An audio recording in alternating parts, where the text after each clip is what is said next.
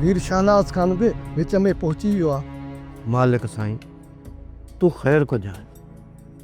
घर जी इज़त लिकाइण लाइ नई मुराद खान हटंदो ऐं नई रहज़न वारा पोइते हटंदा।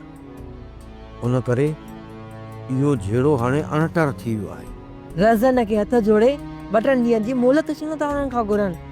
हनीफ़ा पहिरीं ॻाल्हि त मुराद इहो ज़ाहिरी कोन कंदो त को छोकिरी घर में मौजूदु न आहे ऐं रहज़न वारा बि पंहिंजी ज़िद तां कोन लहंदा। चवंदो त छोकिरी घर में आहे पोइ असांजे हवाले छो नथी कई वञे। हाणे ॻाल्हि ॾींहं ॿिनि मोहलत वठण जी नाहे रही। ॿिन्ही धुरियुनि जो ज़िद हाणे ताक़त ॾेखारण जो आहे। पोइ राज़न वारा कीअं चवंदा त असां को ताक़त में घटि आहियूं ऐं मुड़ी वञूं। ऐं ॿी ॻाल्हि त इहो मीर शाहनवाज़ खान खां वधीक को शैतान माण्हू आहे।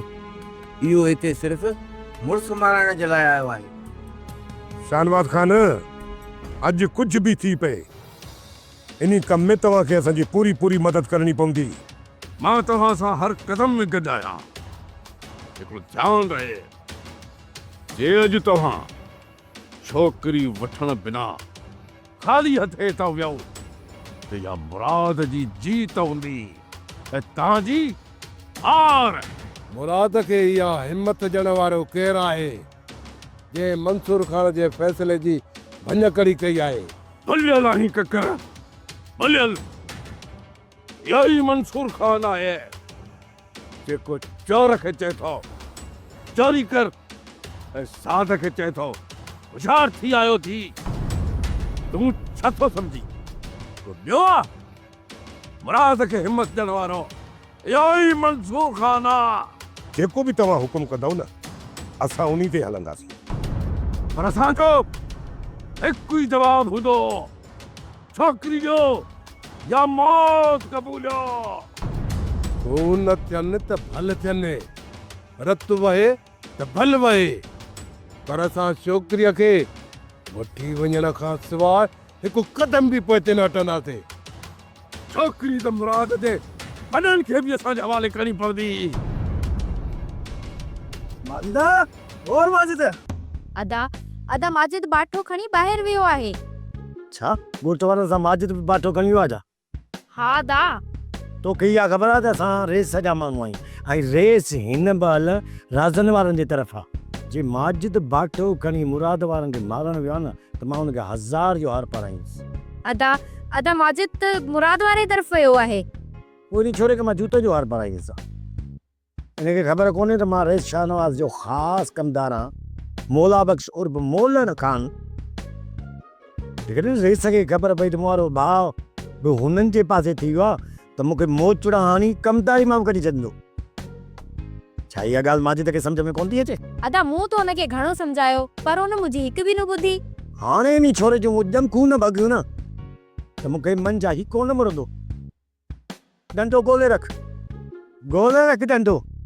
होश कयो अदा, होश कयो। कावड़ दिमाग़ थी करे हला। तूं परे थी ही न डंडे मां कमु न थींदो। तूं मूंखे ॿुधाए त थुल्हो डंडो किथे आगो जंहिंसां ॾंगू भञासि। इन छोरे खे मां कोन छॾींदुसि। इहो छोरो मूंखे कमदारी मां कटाईंदो। वो वरी ख़ैर आहे न। टिरल ॾेख पर अदा मीर शाहनवाज़ खान भी राज़न वारनि वटि पहुची वियो आहे। इहा त मूंखे पहिरियां ई ख़बर हुई त रहज़न वारनि वटि सभ खां पहिरियां इहो शैतान ई पहुचंदो। अदा कहिड़ो अणटर आहे इहो ज़रूरु थींदो। पूरो ॻोठ हुननि जे साम्हूं बीठल आहे। ॻोठ वारा त मुंहिंजो साथ ॾींदा पर मां बेगुनाह रत वहाइण नथो चाहियां। काश सोट इहो कदम ई न खणे हा न त असांजे लाइ इहे मसइला ई पैदा न थियनि हा। अदा तव्हांखे पक आहे त इहो कमु सोट सोडल जो आहे? तोखे अञा बि हिन ॻाल्हि में शक आहे? जॾहिं त सॼो ॻोठ साम्हूं अची वियो आहे तोखे सोट नज़र अचे थो या वरी चाचे वारनि मां को माण्हू तोखे नज़र अचे थो? चाचा वारा शर्म खां घर खां ॿाहिरि आया ई न आहिनि। उन्हनि खे घर खां ॿाहिरि अचणु घुर्जे न त सॼे ॻोठ वारनि खे इहो शक पइजी वेंदो त उन्हनि ई असां में इख़्तिलाफ़ आहिनि त तंहिं करे तूं वञ पीरल ऐं चाचे वारनि खे चओ त अची ॻोठ वारनि सां गॾु बीहनि